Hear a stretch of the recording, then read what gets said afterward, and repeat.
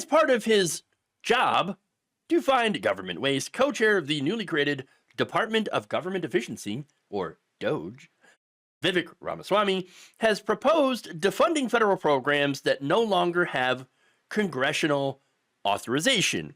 Now, it's important to note that the Department of Governmental Efficiency or Government Efficiency is not an actual real department.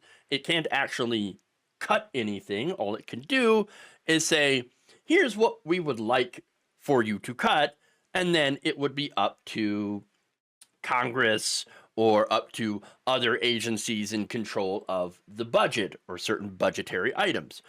So now, when you think about it, though, that kind of makes sense. I mean, why are we spending money on things that are not authorized by Congress? Why is money still going into those programs? All right, sure. That's a fair argument, right? Now, the issue is, of course, that Congress can agree on anything because the donor class and the political polarization. So you end up with Congress not actually doing their job to pass legislation, and you have these programs that are good, not getting reauthorized, but still receiving funding. Okay, so some of those programs, by the way, include NASA, early education, and veterans healthcare. Oh, and that's among many others, by the way. In fact, according to a recent report by the CBO, there was about 1,200 unauthorized programs that continue to get funding at more than $516 billion a year. Wow. So, yeah, it's about $500 billion. All right. And so, all right. You got all this money going to these programs that have not been reauthorized because, again, that's Congress's job. So, that said, when an authorization does expire, Congress can extend the program through new legislation or by providing new appropriations, according to the CBO. But again, that's Congress's job. And Congress is lazy. They don't want to do anything except for call up their donors for cash. Donors like Vivek Ramaswamy and Elon Musk. And so, that's what they work for. Now, that said, Ramaswamy wrote this on social media, quote, "We shouldn't let the government spend money on programs that have expired. Yes, that's exactly what happens today. $500 billion on taxpayer funds goes each year to programs which Congress is allowed to expire. There are 1,200 programs that are no longer authorized but still receive appropriations. This is totally nuts. We can and should save hundreds of billions of dollars each year by defunding government programs that Congress no longer authorize. We'll challenge any politician who disagrees to defend the other side." Okay, so hold on here. If you want to argue that Congress should actually do their job and go and vote for these programs to reauthorize them, I'm actually with you on that. All right. Yes, Congress should do their jobs. But again, there's a myriad of reasons why they don't. And it really does come down to donors. Okay. And so what happens is these programs, which are very, very popular among the voters, are not so popular among the donor class. And so they're like, well, I can't vote for these things because, even though they're popular and they'll help me get reelected, or if they go away, then I'm going to get punished at the ballot box. So, but I also can't piss off my donors. So we're just going to let it lapse and just blame political, partisanship, all that stuff. That's making it so that I can't vote for these things. We just don't bring it up. All right. But here's where he loses me. Saying that we're wasting the money. Is it really a waste? One of the programs that expired but still gets funded is the Veterans Healthcare Eligibility Reform Act of 1996, which helps provide funding for veterans' medical care. Are you saying that that's a waste? Medical care for veterans? I mean, you said it was a waste. That authorization, by the way, had expired all the way back in 1998, but still receives $120 billion in funding. So that's a large chunk of that $516 billion going to medical care for veterans. Another included a bill that helped NASA and the International Space Station. Okay, so Elon Musk, you're the co-chair of this DOGE department. Okay, you're interested in space, right? So would you take away funding for NASA and the International Space Station?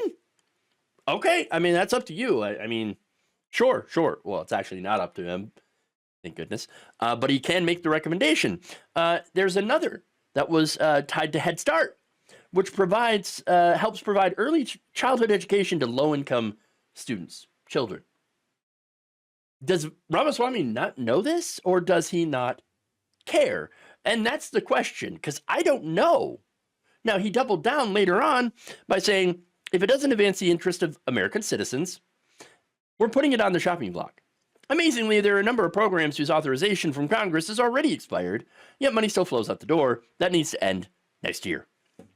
Well, I mean, that depends on their opinion of advancing the interest of American citizens. Pretty sure veterans are not going to love losing their health care under Donald Trump. Okay? And so if you're saying that that's got to go out the door, well, there's going to be a lot of people that are going to disagree with you. Unless, of course, you could convince Republicans to pass an appropriations bill that funds veterans' health care without them sticking in any poison pills. Good luck with that. Good luck. Look, I'm not going to say that it's great that Congress doesn't actually know how to do their job, okay? But I'm also not going to pretend that it isn't the fault of one particular political party that refuses to pass anything because what they're about is cutting government. That's their main purpose, is just dismantle government. And maybe this is actually one of the ways that they want to do it. Look, Elon Musk has estimated that he would be able to cut about $2 trillion from the federal budget, which is going to be kind of difficult. Okay? So, I mean, if you cut veterans' health care, for example, you're not going to be very popular. Okay?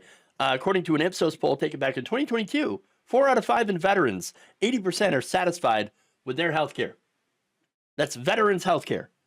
You take that away, ooh boy, that's not gonna go well. Okay. Same with Head Start programs. In 2023, a public opinion strategies poll found that 80% of Americans actually support increasing the amount of money going to Head Start and Early Start programs. That includes a majority of Republican voters. So understand that a lot of these programs that Ramaswamy is saying, yeah, what a waste. We should get rid of it because they're not authorized anyway. Well, they're really popular. And if you're the guy who gets rid of these programs, guess what's going to happen to your popularity? Yeah, not going to go well. But then again, Elon Musk did promise that there would be a lot of pain.